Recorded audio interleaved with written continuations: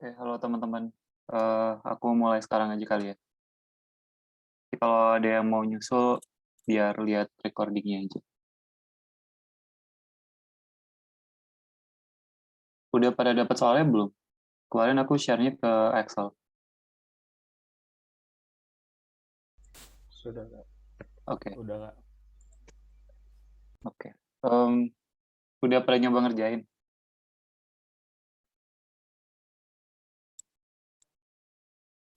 Oke, kalau belum juga nggak apa-apa sih. Oke, jadi itu soal TKM UTS pas angkatanku. Jadi kasusnya waktu itu masih diperbolehkan bawa cheat sheet. Jadi waktu ujian tuh kita bawa kertas HVS gitu isinya rumus-rumus. Soalnya kalau teman-teman udah ada yang udah nyoba ngerjain di dalamnya ini banyak banget penurunan rumusnya. Nah mungkin untuk yang nomor 4 itu panjang banget penurunannya. Aku langsung tulis rumus jadinya aja soalnya di bukunya sendiri pun udah jadi ringkasan gitu sih. Jadi ringkasan rumus jadi. Oke, aku langsung mulai ke nomor 1 ya.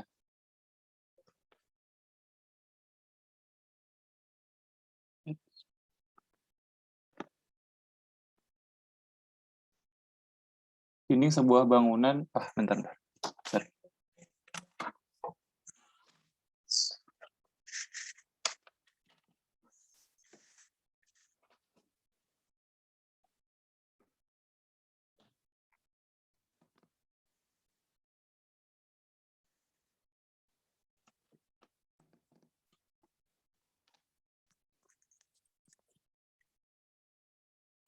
Oke, dinding sebuah bangunan terbuat dari lapisan batu bata. Di sini ada dinding, tuh batu bata. Kemudian dinding itu akan dilapisi lagi dengan, tebalnya 10 dan plester, tebalnya sekian. Nah, setelah itu, dinding itu akan dilapisi lagi dengan insulasi yang terbuat dari rock wool. Itulah perlu seberapa tebal lapisan insulasi itu. Jadi misalkan ini ada insulasi gitu ya. Yang ini adalah batu bata, yang ini adalah plester, dan yang ini adalah insulasi, rock wool. Nah, oke, hitunglah perlu seberapa tebal lapisan insulasi itu agar transfer kalor yang menembus dinding tersebut dapat berkurang sebesar 80% dari sistem dinding tanpa insulasi. Jadi katakanlah dinding tanpa insulasi itu adalah Qn gitu ya, non insulasi. Kemudian yang terinsulasi itu ada Qi. Nah, Qi ini nilainya kan harus 80% berkurangnya ya. Berarti totalnya adalah 20% dari Qi yang non insulasi. Oke. Kalau melihat dinding yang berlapis seperti ini, kita kan intuisinya langsung ke arah ini ya, resistansi termal. Karena kita perlu menentukan bagaimana transfer kalor secara keseluruhannya. Jadi untuk yang non insulasi ya, dinding non insulasi,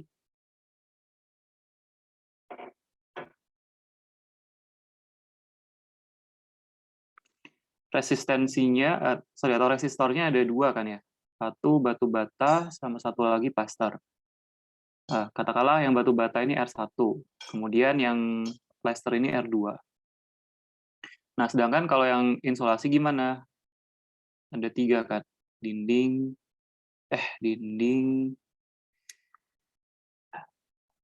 insulasi. Ya, ada R1, kemudian R2, ada R3. Nah, biar cepat, sebetulnya ini bisa langsung dibandingin aja sih. Kalau kita ingat transfer kalor keseluruhan dengan diketahui resistensi thermal, kita kan bisa tulis kayak gini. Q itu sama dengan delta T kan, dibagi sama resistensi totalnya. Berarti ini R1 plus R2. Sedangkan yang dengan insulasi, QI sama dengan delta T per R1 plus R2 plus R3. Nah, dari sini kita bisa langsung bandingin aja. Jadi QN terhadap QI itu kan sama dengan delta T per yang ini R1 plus R2 gini kan. Kemudian yang ditambah insulasi berarti resistornya ada 3. Nah, kita substitusi nilai QI-nya, jadi kan ini QN, kemudian ini 0,2 QN gini kan ya, sama dengan R1, R2 plus R3 dibagi R1 plus R2. Nah, ini kan bisa dicoret nih.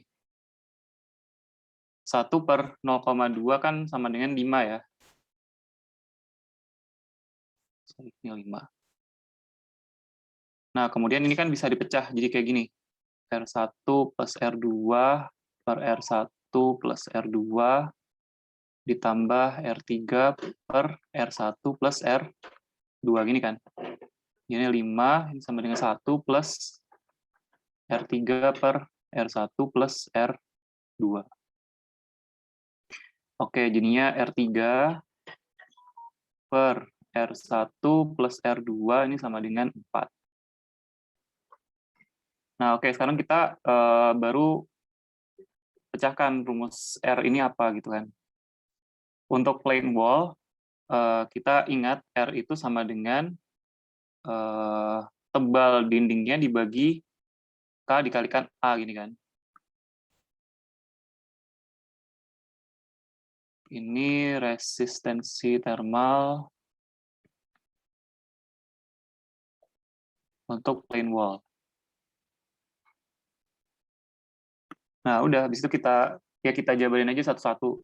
Ya, misalkan R3-nya itu berarti L Rockwood gitu ya, dibagi sama K Rockwood dikalikan A, karena kan oke, nanti aja deh.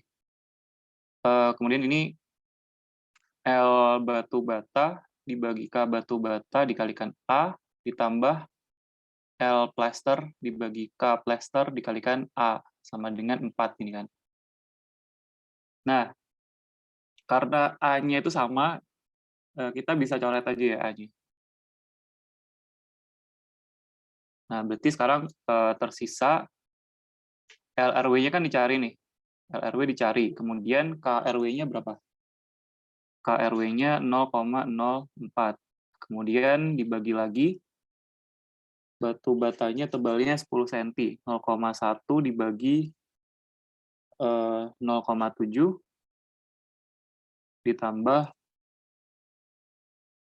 L plasternya berapa? 3 cm. 0,03 dibagi K plasternya 0,5 sama dengan 4. Nah, nanti bisa dihitung aja pakai kalkulator, ketemu tebal insulasinya itu sebesar mana ya? 3,25 cm.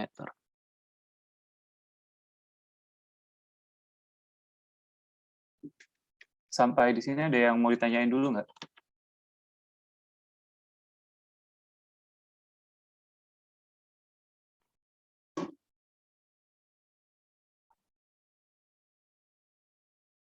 Kalau nggak ada, kita lanjut ke nomor 2 ya.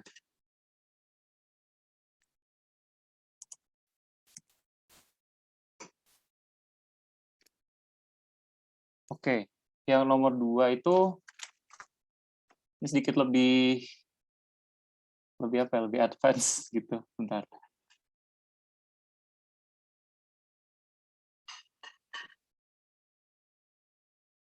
Oh, bentar, ini Pak Ramadan baru nge-WhatsApp. Ujiannya open book ya? Iya, harusnya. Oh iya, ujiannya open book. Jadi ya udah nggak apa-apa, ntar rumusnya dilihat aja di buku ada kok. Oke. Nomor 2, tas kawat berdiameter 3 mm dan panjangnya 1 meter, terbuat dari sejenis baja tahan karat. Oke, sini ada kawat gitu ya. Ada kawat, diameternya 3 mm,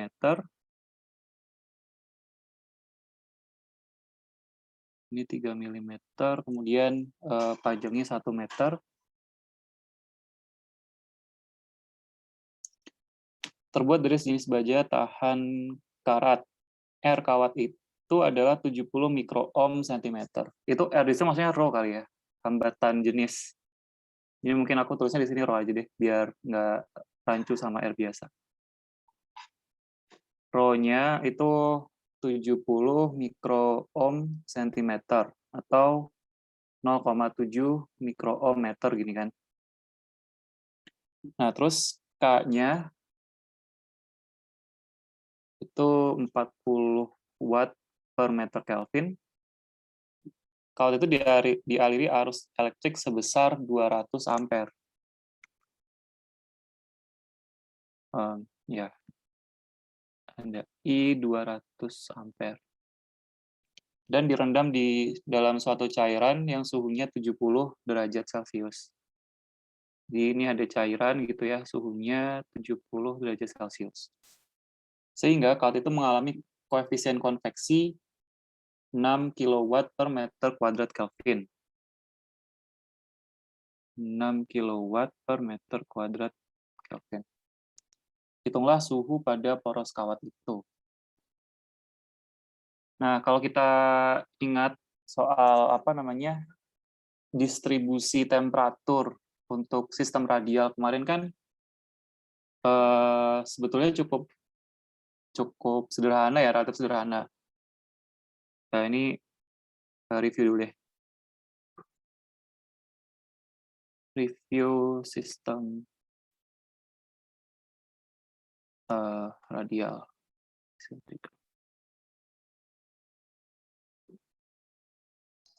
Oh iya Kak, Ya, cara tahu ini pakai yang apa namanya?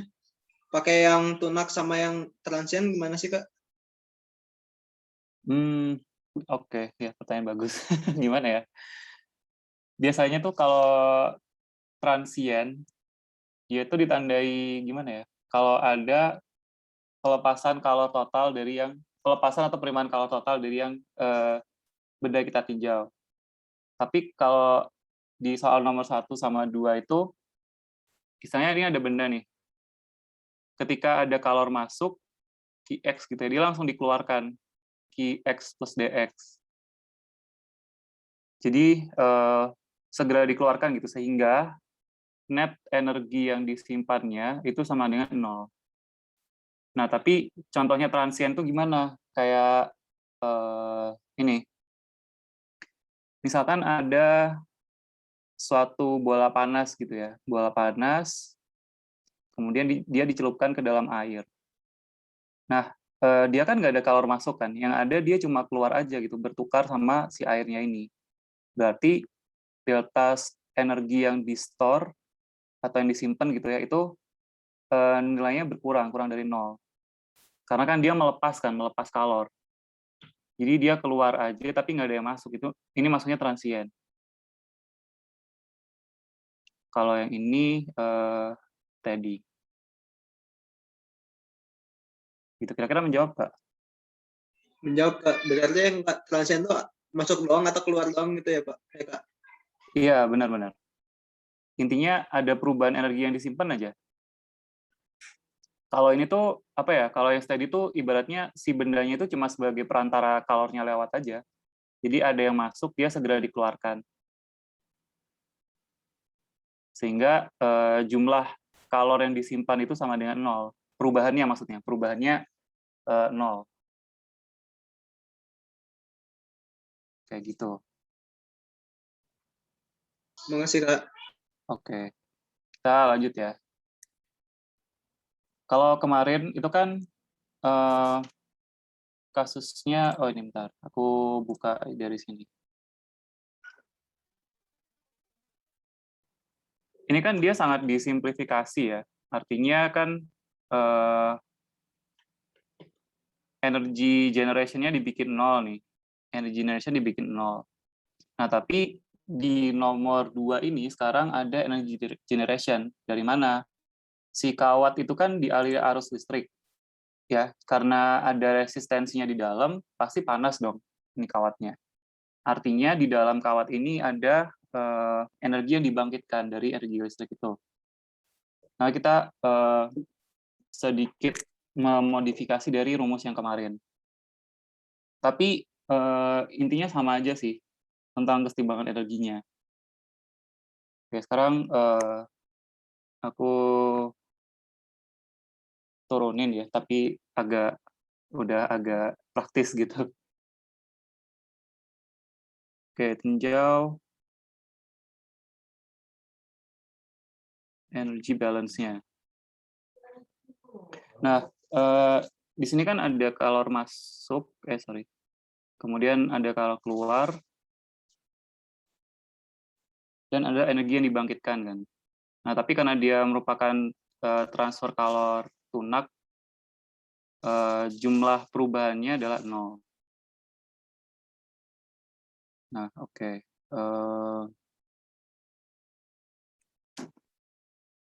Kemarin kalau dari penurunan yang ini, untuk sistem silindrikal itu kan rumusnya kan 1 per R, kemudian D per DR, KR, DT per DR gini kan. Nah, sekarang yang dibangkitkan ini tidak sama dengan 0. Jadi kita harus meninjau energi dari si listriknya itu. Kayak gitu. Nah, sekarang baru deh kita pindah ruas. Jadinya D per DR, kemudian KR, DT per DR, ini minus Q dot R gini kan. Nah, tujuannya itu kan kita ingin mengetahui distribusi temperatur. Jadi kita perlu tahu TR-nya ini seperti apa. Kita integralkan 2 kali terhadap DR. Jadi di sini diintegralkan terhadap DR, yang di sini juga diintegralkan terhadap DR. Ya, jadi kan oh ini kayaknya konstanta ya. Karena konstanta dia bisa langsung ikut pindah aja. Sorry, Kak.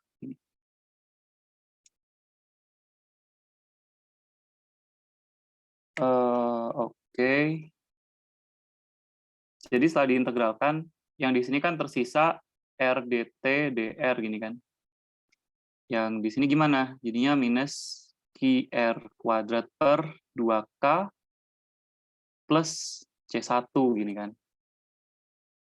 Nah, ini belum selesai, ini masih DT per DR. Maunya kan T dalam fungsi R kan. Kita pindahkan ruas lagi nih R-nya.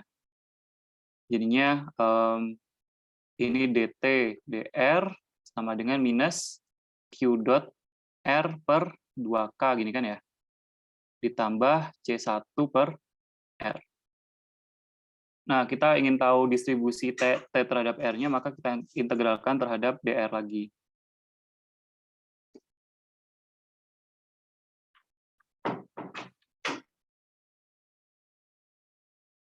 Nah, kalau udah kayak gini, kita bisa dapat distribusi T-nya, T terhadap R-nya.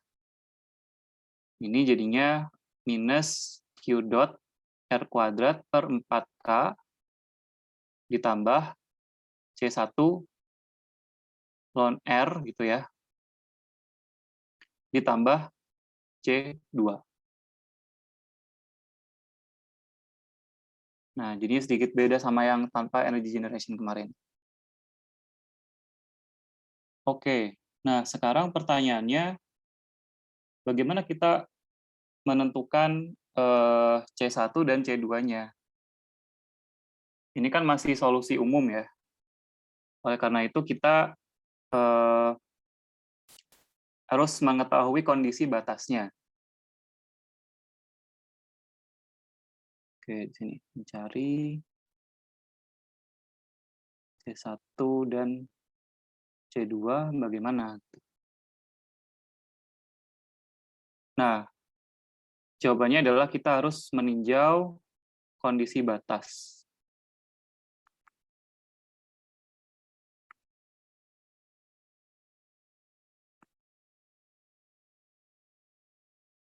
Nah, kondisi batasnya yang mana aja? Yang pertama, pada saat R sama dengan 0, atau dia berada di pusat-pusat kawat, itu apa yang terjadi? Jadi kalau ada suatu kawat ya, kemudian di tengahnya ada energi yang dibangkitkan, maka distribusi temperaturnya itu akan simetris seperti ini. Jadi yang di tengah itu pasti tinggi, kemudian dipertahankan sama dia, tapi lama-lama turun juga gitu kan. Nah, artinya apa kalau kurvanya seperti ini? Artinya ketika R sama dengan 0, dt per dr-nya itu sama dengan 0. Kenapa? Karena garis singgungnya datar kan, gradiennya 0.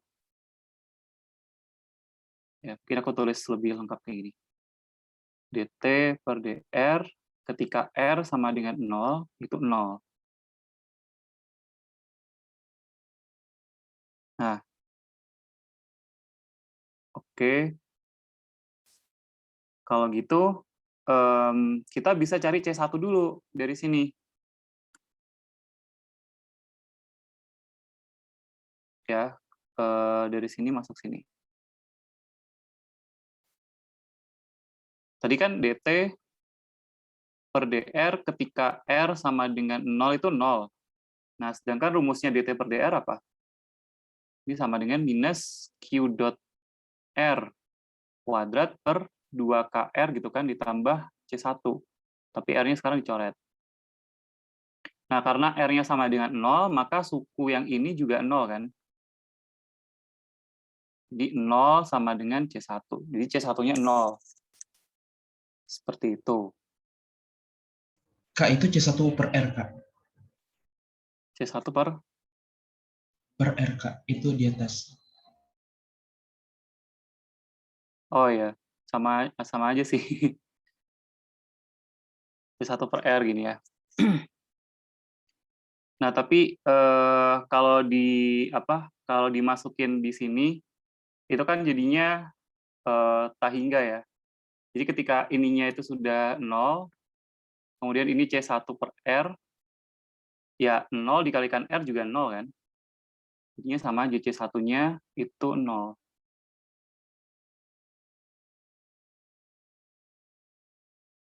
Seperti itu. Oke, sekarang kondisi batas yang kedua.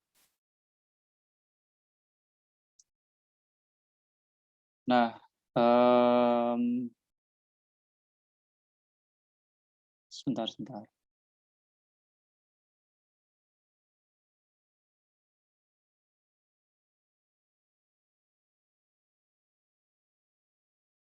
Oh, ini.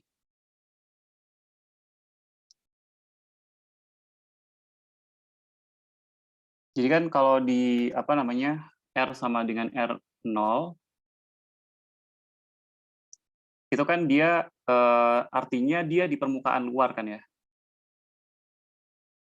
Dia di titik-titik luar sini. Nah, berarti sekarang tadi kan kita meninjau dt dr-nya. Sekarang kita boleh masuk ke langsung tr-nya.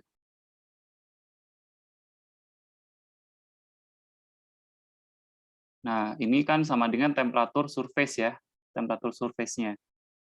Nah, ini sama dengan minus Q dot R kuadrat per 4K ditambah C2. Seperti ini. Nah, kemudian C2-nya berarti kan TS plus Q dot R kuadrat per 4K.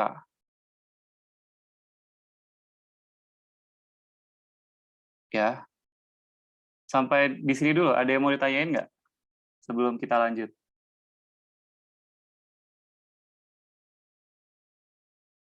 Jadi tadi kita udah menentukan persamaan umumnya seperti apa distribusinya. Nah, tapi ternyata diketahui bahwa C1-nya itu nanti sama dengan 0, gitu ya. Kemudian tersisa C2-nya bisa dicari seperti ini. Oke, bisa diikuti ya? Kak, Ya. saya masih bingung kenapa slope-nya 0 untuk di R sama 0. Oh, oke. Jadi gini, energi listrik yang lewat kawat ini, dia kan dari tengah kan ya, memancarkan energi keluar gitu. Tujuannya untuk didisipasi sama aliran fluida yang di luar. Nah, artinya temperatur yang di dalam ini dia pasti paling tinggi kan ya. Kemudian semakin keluar dia akan semakin dingin. Nah, kalau misalkan digambarkan di Cartesius gitu ya. Ini R, ini T gitu. Nah, ini kan pasti paling tinggi. Nanti semakin keluar dia semakin turun. Kayak gini.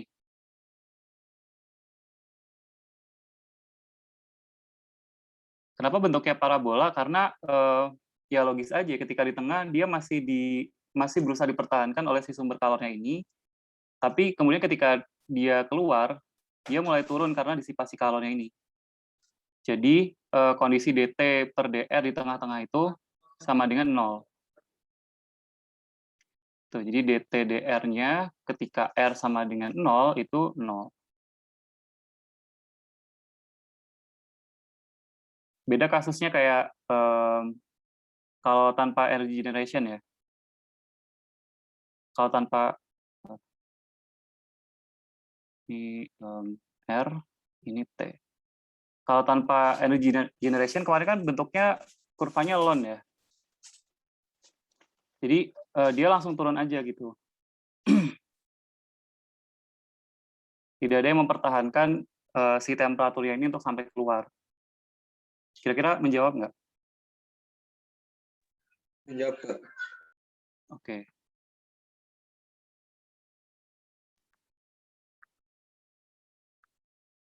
Gitu.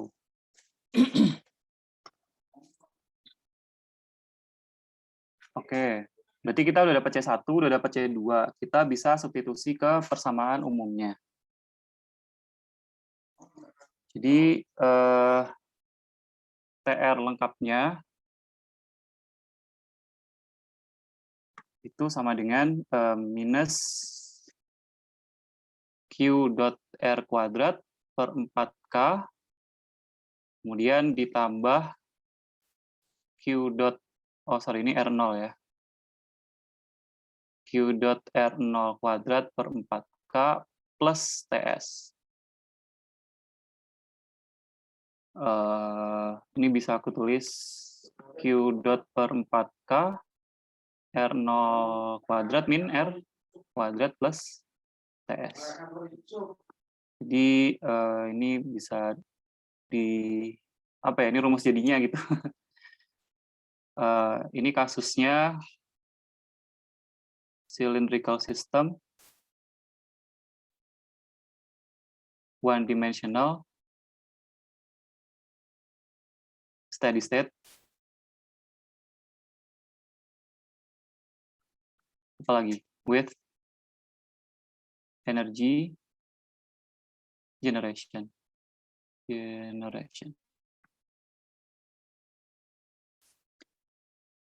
Seperti itu. Nah, Kak, harus hubungannya sama soal nomor 2 apa? Jadi sekarang kan kita udah tahu distribusi temperaturnya nih.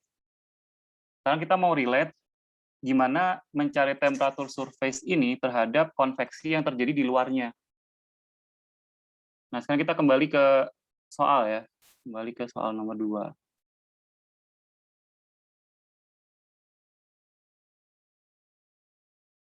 Nah, kalau di luarnya,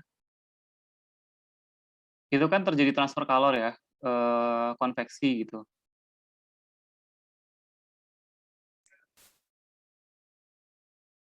Nah, berarti kesetimbangan energinya kan Q yang dilepas secara konduksi itu akan sama dengan konveksinya. Nah, ini K A delta T. Oh, sorry, bentar. KA dt per dr karena silindrikal ya, bukan dx. Nah, ini sama dengan H, kemudian permukaan, oh sorry, ini permukaan konduksi, yang ini permukaan konveksinya. Nah, ini dikalikan T dikurangi, sorry, T infinite dikurangi T, lebih tinggi mana? Oh, lebih tinggi yang kawat ya. Diasumsikan gitu dulu aja. T kawat dikurang T infinite. Nah, di sini kan permukaan konveksi sama konduksinya sama ya untuk yang di luar. Sama-sama apa? Jadi A untuk konduksi itu sama dengan A untuk konveksi, sama dengan 2pi RL. Berarti kita boleh coret ini, A yang kanan sama yang kiri. Berarti sekarang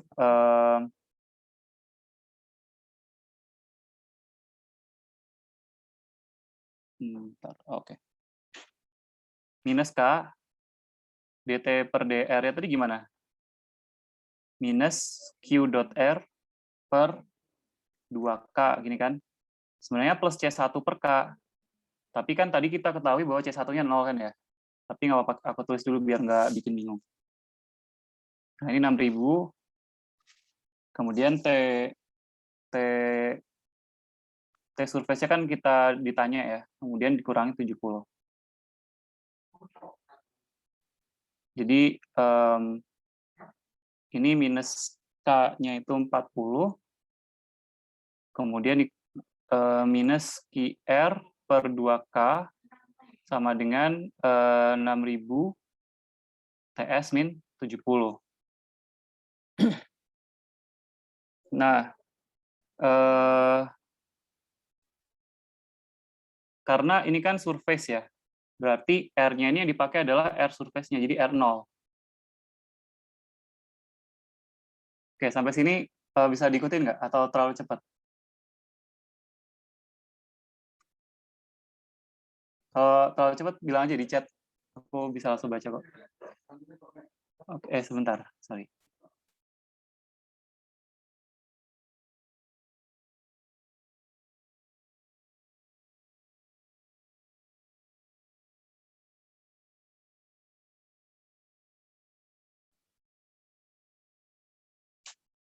Oke, untuk Q-nya kita bisa tahu ya. Q-nya kan dari daya listriknya itu yang bikin dia panas. Kan I kuadrat R gini kan. Nah, I-nya tadi kan 200 ampere ya. Gede banget itu, 200 ampere. Dikalikan R-nya. R-nya kita harus cari manual. Rho L per A. Masih ingat nggak rumus ini? Masih lah ya. Jadi ini 4 kali 10 pangkat 4. Kemudian rho-nya tadi kan 0,7 ya. Nah, tadi. Nah, ini 0,7 mikroohm meter. Jadi 0,7 kali 10 pangkat minus 6 dikalikan panjang kawatnya adalah 1 meter, kemudian dibagi sama berapa itu? Pi kali 1,5 kali 10 pangkat minus 2 dikuadratkan. Ini berapa ya? Aku nggak sampai ngitung angka-angkanya tadi. Sebentar, aku hitung.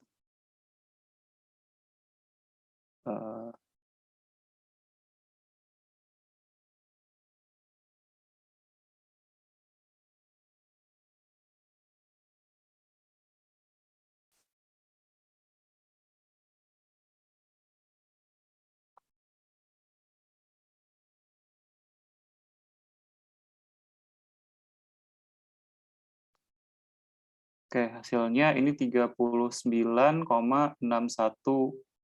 watt. Nah, udah deh. Sekarang kan kita udah tahu nilai Q-nya nih.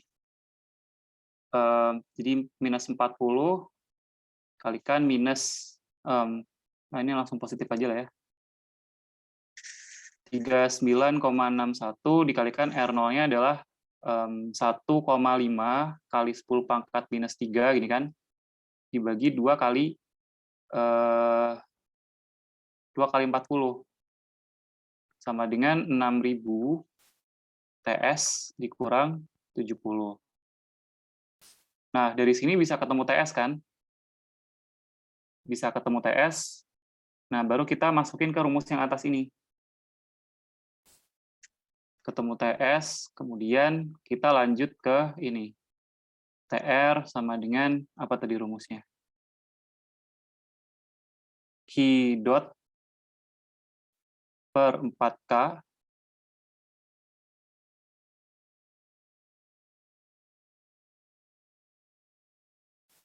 Q dot per 4K, kemudian R0 kuadrat min R ditambah TS, gini kan ya? Nah, TS-nya udah diketahui. Yang ditanya adalah temperatur saat R sama dengan 0. Jadinya Q dot per 4K R0 kuadrat plus TS. Kalau angka-angkanya silakan dicoba sendiri ya, tapi kan udah lengkap semua nih variabelnya. Oh ya Kak, Ya, Pak, itu yang 1,5 itu kali 10 pangkat min 3 kayaknya ya. Kan milimeter. oh iya benar-benar. Oke, pasti ya.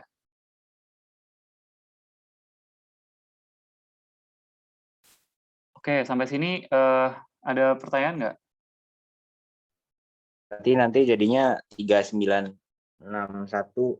watt, Kak. Iya, ini Q-nya dari listriknya. Energi yang dibangkitkan dari listrik. Maksudnya bukan 39,61 kan ya, tapi jadi 3961. Kenapa gitu? Soalnya tadi kan 10 min pakai 3-nya min berubah. 2. Oh, iya benar. Jadi ini kilowatt ya jadinya ya? Ah, ya benar. Oke. Iya, betul kayak gitu. Oh, Kak, aku mau nanya.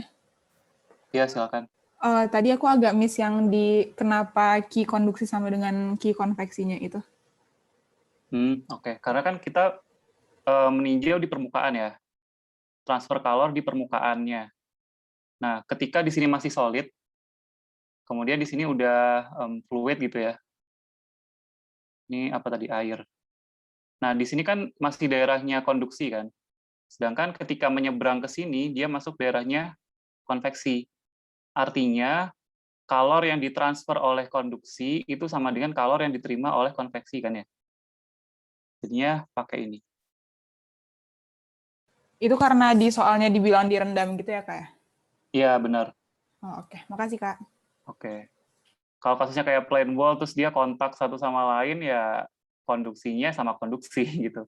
Sama-sama ini wilayah konduksi, yang ini juga wilayah konduksi. Tapi karena ini udah beda domain, yang ini solid, yang ini fluid, maka satu konduksi, satu konveksi, kayak gitu. Kak, itu kita tinjau permukaan karena perlu TS di distribusi suhunya ya Kak? Iya, betul. Sebenarnya kan kalau kalau semuanya udah diketahui gitu, terus soalnya nanya berapa T ketika R sama dengan 0, ya udah langsung masukin sini aja nggak sih? Cuma kan problemnya apa? Problemnya kita nggak tahu C1 sama C2 kan. Jadinya struggle-nya tadi tuh nyari C1 sama C2 gitu. Nah, ternyata C2 tuh ketemunya kayak gini, dan dia mengandung TS. Oleh karena itu kita harus merelate lagi ini nih, mana ya? Nah, ini kan setengah jadi sampai sini kan. Ya oke lah, bisa kita cari R sama dengan 0. Tapi, nah masalahnya TS-nya berapa gitu. Ya kita tinjau dari transfer kalor di permukaannya, di surface-nya gitu.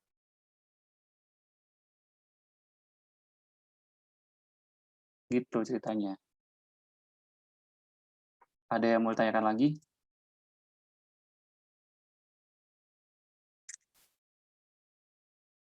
Kalau udah cukup jelas, ya gimana? Kan habis ngitung 3,9 Kak, bukan 39. Oh, oke, maaf ya. 3,9.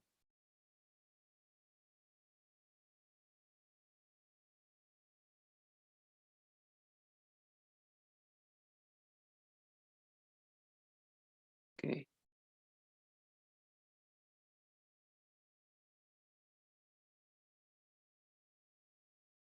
Oke. Kalau nggak ada pertanyaan lagi, kita bisa lanjut ke nomor 3.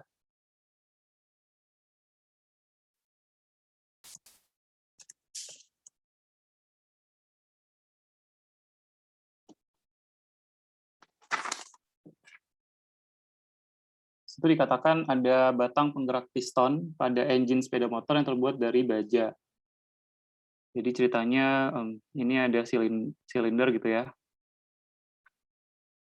Silinder kemudian terbuat dari baja. Dengan K-nya itu 50 watt per meter Kelvin. Kemudian Rho-nya itu 8.000 kilogram per meter kubik. Dan CP-nya itu sebesar 510 Joule per kilogram Kelvin. Mengalami proses carburizing, pemanasan dalam tungku, agar menjadi lebih kuat dan lebih keras. Suhu di dalam tungku 900 derajat. Jadi ceritanya silindernya ini tuh dibakar gitu ya. Carburizing. Paling jelek banget. Nah, di sini temperatur tungkunya itu 900 derajat Celcius. Koefisien transfer kalor konveksi dalam tungku H-nya itu 80 watt per meter kuadrat Kelvin. Jika ukuran poros tersebut, ukuran silindernya itu diameternya 2 cm, kemudian panjangnya 15 cm. Suhu awalnya dia diketahui T inisialnya 25 derajat Celcius. Berapa waktu yang dibutuhkan hingga piston menjadi 800 derajat Celcius?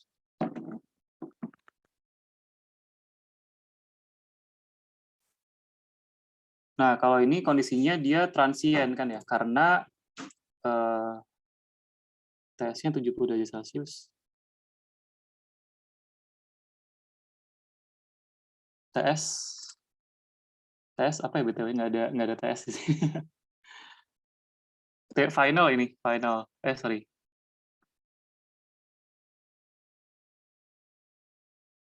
Bentar, ini Maaf, nanya itu apa? yang soal sebelumnya tadi. Oh, soal sebelumnya. Oke. Iya, itu. Bukan yang ini. Oh, iya. Oke deh. Ya, aku lanjut ya. Jadi ditanya, hitung waktu yang diperlukan agar si silindernya itu mencapai 800 derajat Celcius. Nah, ini kasusnya apa nih kira-kira? Case-nya transient kan ya? Transient heat transfer. Kenapa? Karena si silindernya itu hanya menerima kalor dari tungku kan. Jadi kalornya masuk terus, nggak ada yang dikeluarin. Akibatnya si suhunya itu berubah terhadap waktu, lama-lama naik gitu. Jadi ada perubahan energi yang tersimpan di dalamnya. Oke, pertama kita cek dulu bilangan bionya ya. Ini wajib ini, step 1, periksa bilangan bio. Bilangan bio itu rumusnya kan HL per K gini kan ya, di mana L-nya itu adalah panjang karakteristik. Nah, panjang karakteristik itu apa? LC itu sama dengan volumenya, volume si bendanya dibagi sama luas permukaan total. Sorry, bukan luas permukaan total. Tunggu.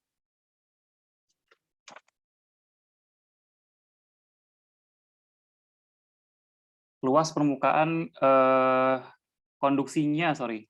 Jadi, walaupun si silinder ini tuh punya 3 sisi ya, artinya selimut, kemudian sisi atas, sisi bawah, tapi kan sekarang kita meninjau konduksi yang arah sumbu R saja.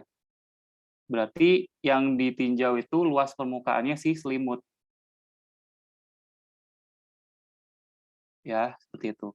Jadi, panjang karakteristik untuk silinder itu sama dengan ini PR kuadrat dikalikan L, kalau panjangnya L gitu ya.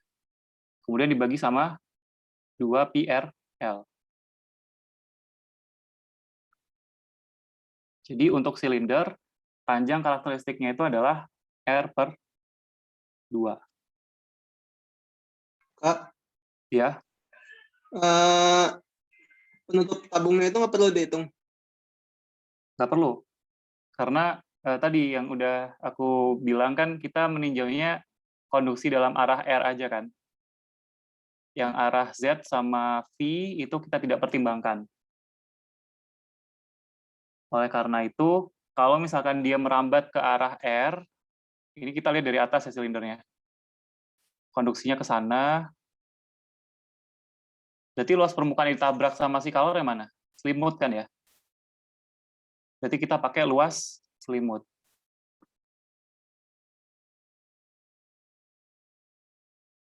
Yang atas enggak, karena ya itu kita tidak meninjau konduksi yang arah sumbu Z. Ini enggak. Seperti itu. Jadi untuk kasus silinder, yang kita meninjau konduksinya itu arah R, panjang karakteristiknya adalah R per 2. Ini ada juga kalau di buku kalau teman-teman penasaran. Cuma dia langsung bilang R per 2 aja gitu, nggak turunin dari mana. Oke, sekarang kita bisa langsung cek bilangan bionya nih. HR per 2K kan jadinya. H-nya di situ berapa? 80 ya? 80, kemudian jari-jarinya adalah 0,02. Dibagi 2 dikalikan K-nya itu 50.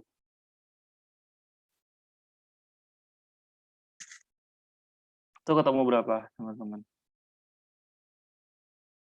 8 kali 10 pangkat minus 3, Kak. Oke. 8 kali 10 pangkat minus 3. Nah, ini lebih kecil dari 0,1 kan? Artinya, ketika bilangan bionya itu kurang dari 0,1, kita diperbolehkan pakai metode kapasitas gumpalan. Ini bio kurang dari 0,1, diperbolehkan pakai lumped capacitance. Nah, baru yang step 2, kita pakai lumped capacitance method. Capacitance method. Kak, Ya, itu R per 2, R-nya 0,01. iya benar juga. Sorry, nggak fokus. Oh iya, benar-benar. Ya, makasih ya. Oke. Ya, kita masuk ke metode dalam kapasitasnya aja sekarang.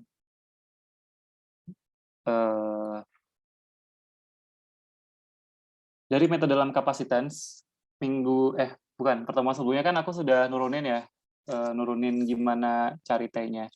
Nah, kita boleh langsung pakai aja. Jadi, T-nya itu kan sama dengan rho VC per HA gini kan. Dikalikan ln theta I per theta. Nggak usah bingung theta itu apa. Theta itu adalah T dikurangi T infinite gini kan. Nah, kalau theta I ya TI dikurang T infinite.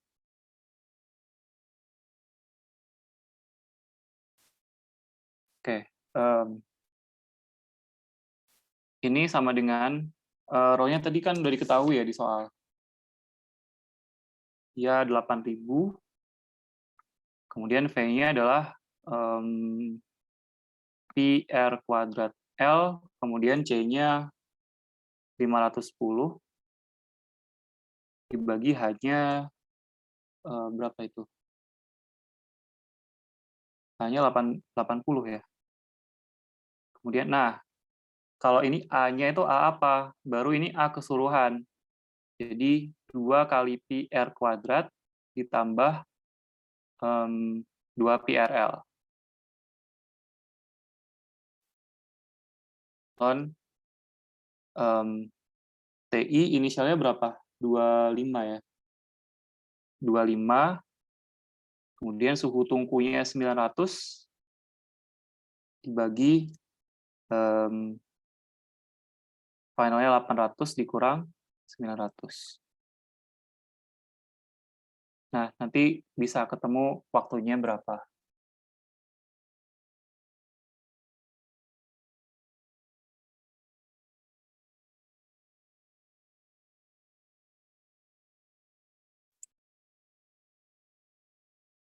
Kalau lebih dari 1, ini maksudnya bilangan bio ya, Valdi?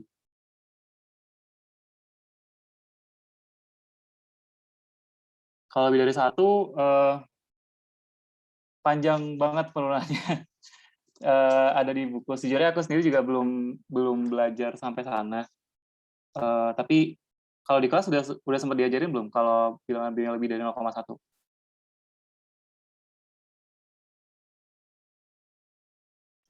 Kurang ngeh Kak, di kelas diajarin apa enggak. Cuman kalau nggak salah ada cara lain, tapi nggak tahu itu untuk kayak gimana kayaknya ya. Buat yang di atas 0,1. Oh, Setahu aku kalau lebih dari 0,1 itu ada pertimbangan distribusi spasialnya gitu sih. Dan di buku itu udah langsung ada rumus jadinya gitu. Mungkin untuk jaga-jaga gitu ya, boleh dibaca aja di bukunya yang khusus yang lebih dari 0,1.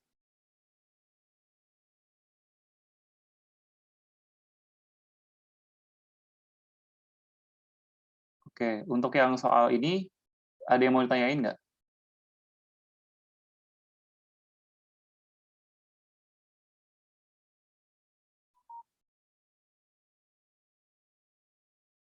Kalau nggak ada, kita lanjut ke yang nomor 4.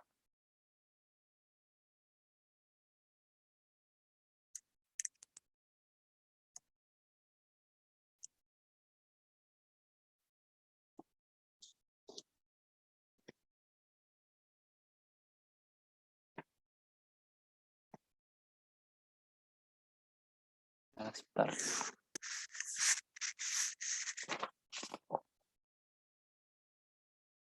Nah, ini nih yang aku bilang penurunannya panjang sekali. Oh, ada chat, bentar. Efek lo. Iya, pakai bilangan Fourier sama bio.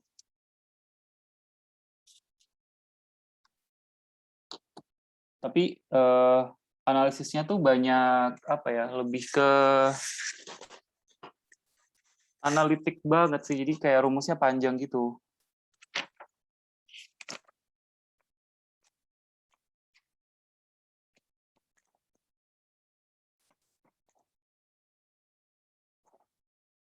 Jadi mungkin nanti dibaca sendiri aja ya untuk yang bilangan bionya lebih dari 0,1. Kak, aku mau tanya yang sebelumnya nih, Kak. Oh iya, gimana? Itu kan kita nganggapnya kita pakai arah R kan dari tadi. Kenapa tiba-tiba kita pakai arah atas juga, Kak, yang 2πr kuadrat? Em, Tanyanya kenapa nggak pakai yang ini ya, nggak pakai yang ke atas gitu? Maksudnya yang atas sama bawah kenapa beda pakai A-nya gitu, Pak? Oh, maksudnya A yang ini sama yang bawah ini. Iya, Kak. Oh, karena yang step 1 ini, kita tuh memeriksa bilangan bionya ini, itu tuh untuk transfer kalor yang arah R saja. Nah, tapi untuk yang ini, oh bentar. Kayaknya aku salah deh yang di sini. Sama kayaknya ya, Kak. Oh iya, benar sama. Soalnya ini asalnya dari konveksi kan, dari konveksi terus dia konveksinya cuma pakai arah R-nya aja. Oke, ya berarti ini tetap 2 PRL ya.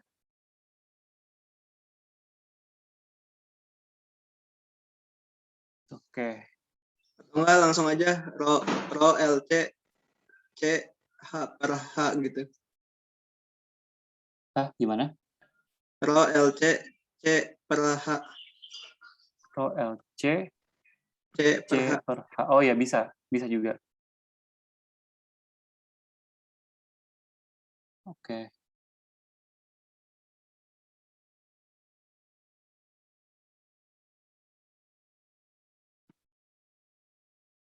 Oke, makasih ya koreksinya. Oke, kalau belum ada lagi, kita lanjut ke nomor 4 dulu. Nah, jadi di tahunku itu tiba-tiba keluar soal fin. Di kelas sempat disinggung nggak, fin?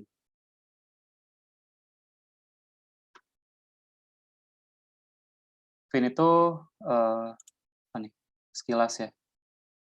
Ya, kalau teman-teman lihat di heatsink, di lab TF ada ini kan ya, heatsink, pernah tahu kan? Yang Konveksi nggak masuk nggak sih, Kak? konveksi nggak masuk. Yang kayak gini-gini dia tujuannya buat ngebuang kalor gitu kan. Saya pernah lihatnya sih di motherboard gitu, Kak. Iya, Yang nempel gitu ya, sama, langsung nempel dia. prosesor gitu. Ya, intinya fin itu ini yang keluar ini, atau bahasanya sirip ya, aneh sirip. Ya, tapi itu namanya fin. Nah, di nomor 4 ini ditanya bagaimana besar transfer kalor persatuan panjang pada arah X gitu ya, bukan Z. Waktu itu diralat. Nah, mungkin aku langsung pakai ringkasan rumus yang ada di buku aja ya. Jadi ini kalau teman-teman ada bukunya, ntar aku liatin dulu.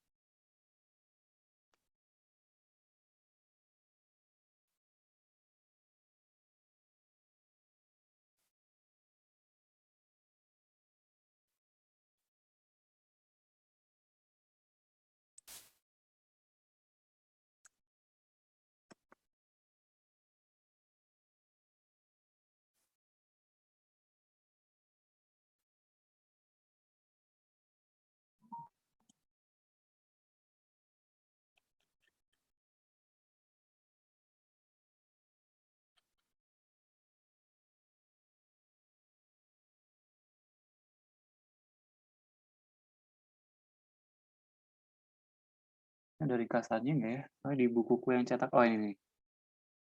Nah, jadi dia nyediain ringkasan gitu sih untuk gimana distribusinya, kemudian bagaimana transfer kalornya, kondisinya seperti apa di ujungnya. Jadi berhubung ujiannya open book gitu ya, sepertinya nggak aku turunin dulu di sini. Jadi intinya teman-teman perlu memahami aja kasusnya seperti apa. Kalau yang di soal yang kita bahas sekarang, itu kan pada X sama dengan L, artinya di sini, itu kan itu jadi konveksi ya.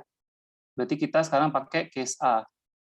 Untuk mencari transfer kalornya, kita pakai yang ini.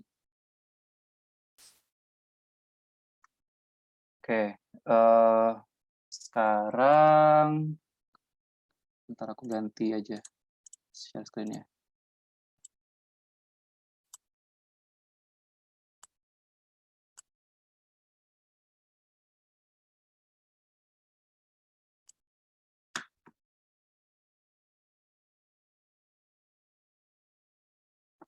Oke.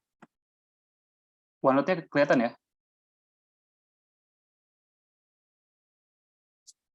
Kelihatan nggak? Oke.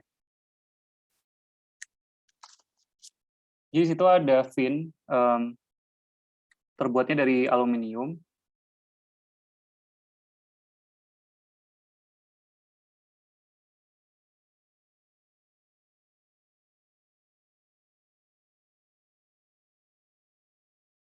Nah, ini panjang L, kemudian ini Z gitu ya.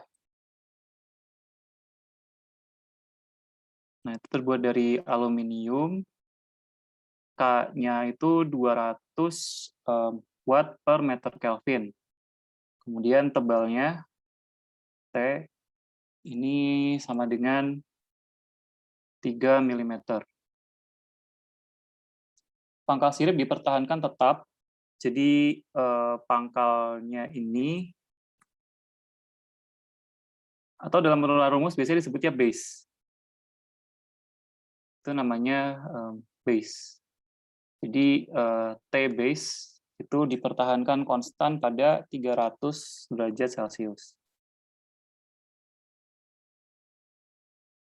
Di lingkungan yang suhunya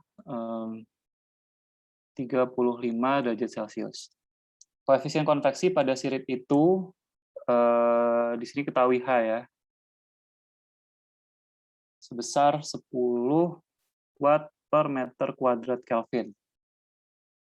Hitunglah besar transfer kalor per satuan panjang sirip pada arah X. Jadi ke arah sana.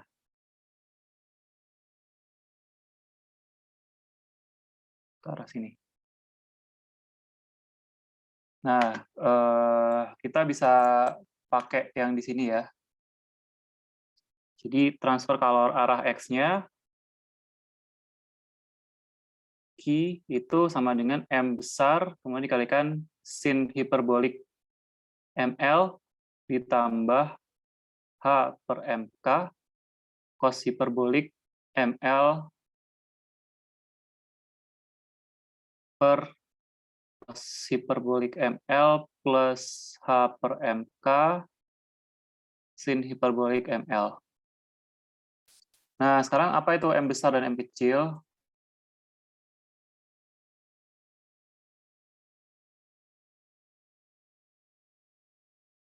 M besar itu didefinisikan di sebelahnya. Jadi M besar itu adalah akar HP KAC theta B. Banyak ya istilahnya. Gak apa-apa. Sekarang mungkin yang asing adalah P. P itu adalah perimeternya. Perimeternya. Kemudian theta B ini adalah T lingkungan, theta base dikurangi T lingkungan. Seperti itu. Nah, sekarang kita, bentar, M kecilnya belum. M kecil itu sama dengan HP per KAC.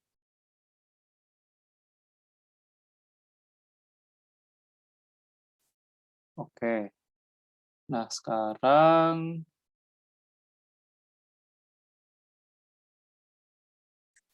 Tapi itu kuadrat, Kak. oh iya, benar-benar. Ya, di kuadrat. Kalau berarti diakalin aja.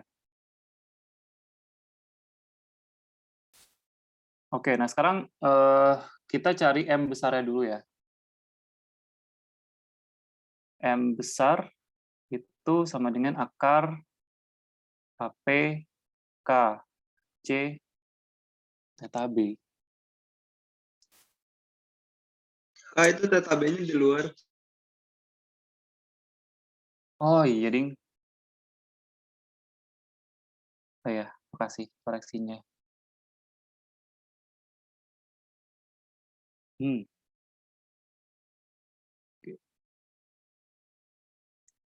Udah bener ya? Oke, nah sekarang kita cari nilai H-nya dulu. Nilai H-nya tadi diketahui sebesar 10 ya. Nah, kemudian P-nya ini yang mana? PDX. PDX, bentar.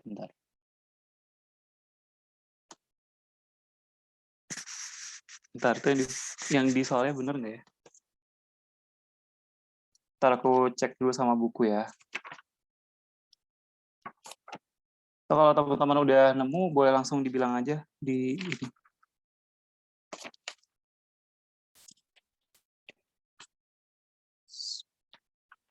Perimeternya.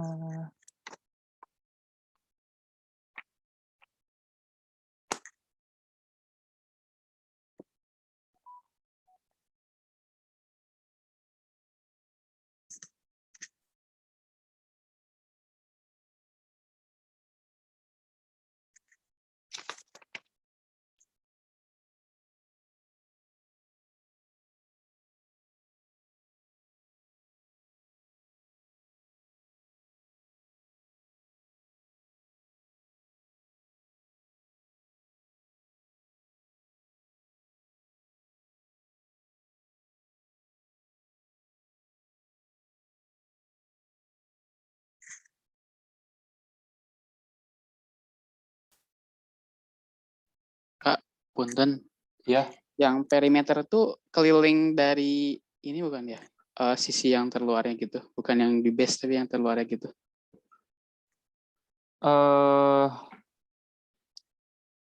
ini kalau di buku itu jadi misalkan pinnya seperti ini ya. Nah, perimeternya itu 2Z plus 2L. Jadi keliling bawahnya ini. Ini dalam kasus aliran fluidanya ke sana ya.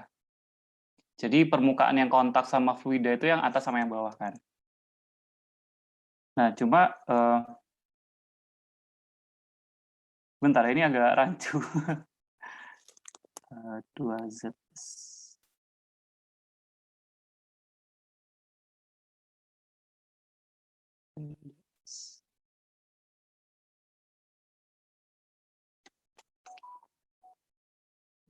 Sebentar.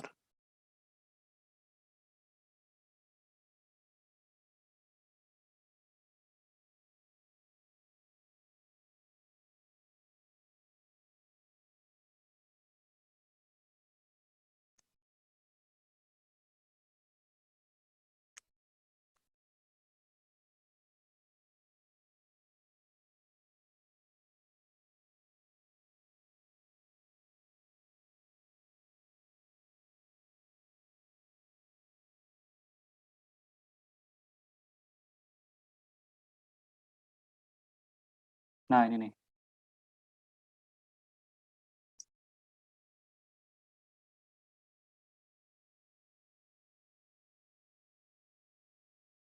Oh, aku salah baca. Bentar.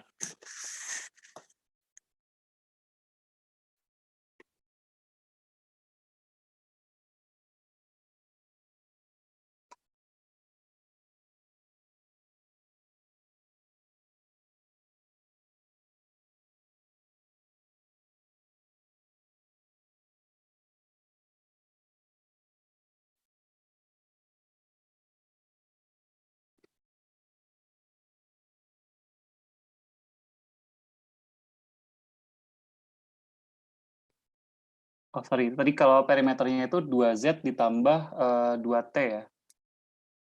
Sorry, bukan 2L. Nah, sekarang panjang Z-nya nggak diketahui ya. Panjang Z-nya nggak diketahui.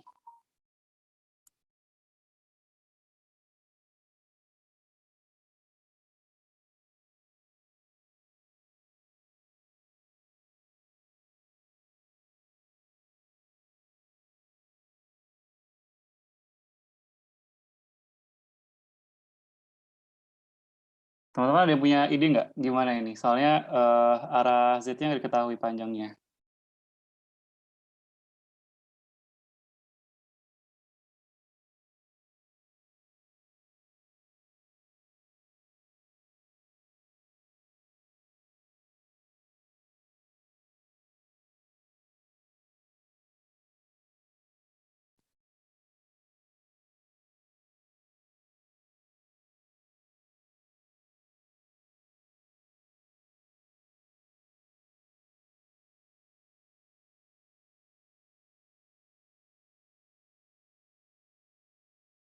Atau enggak gini aja deh, yang nomor 4 ini aku anggap jadi utang. Jadi habis tutorial nanti mungkin aku tulis solusinya aja, jadi teman-teman bisa baca di OneNote-nya gitu ya. Kalau kayak gitu gimana? Pada setuju nggak?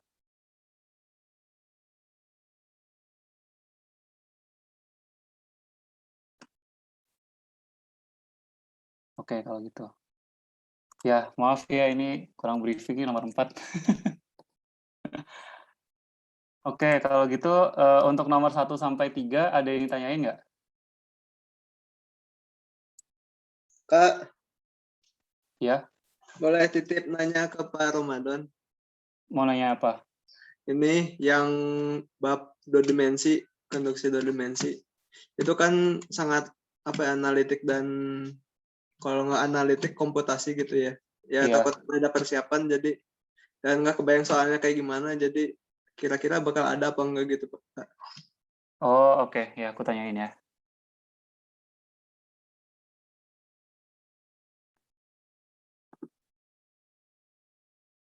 Oke, yang nomor 1, 2, 3 nggak ada pertanyaan?